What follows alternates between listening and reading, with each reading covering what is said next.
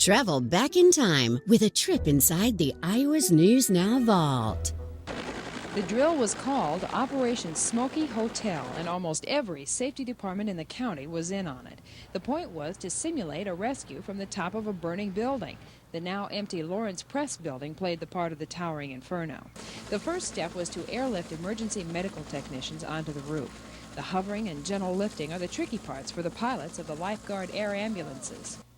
You got to be careful, real smooth, and so you don't move forward, backwards, or drag the net, which would damage it or interfere with some wires or buildings or something like this.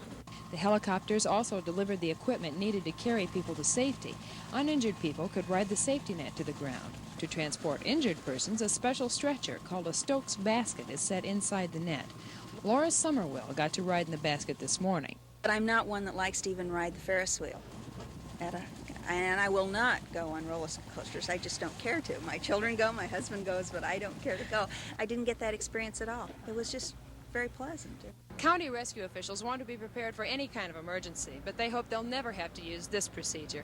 They say the worst thing you can do if you're trapped in a tall, burning building is go to the roof. People inside the building may not be able to get to the roof. Roof openings normally, for security reasons, are kept locked. And, of course, your smoke and heat rises inside the building, and they're trapped there, and that's where they end up. Usher says this procedure could also be used in remote locations where wheeled vehicles can't travel, like construction sites or heavily wooded areas. In the meantime, the rehearsals will continue. Aviation Director Sadler says they'll have several more practices in many different kinds of locations, and they hope they'll never have to do it for real. Maggie Jensen, 2 Action News, Cedar Rapids.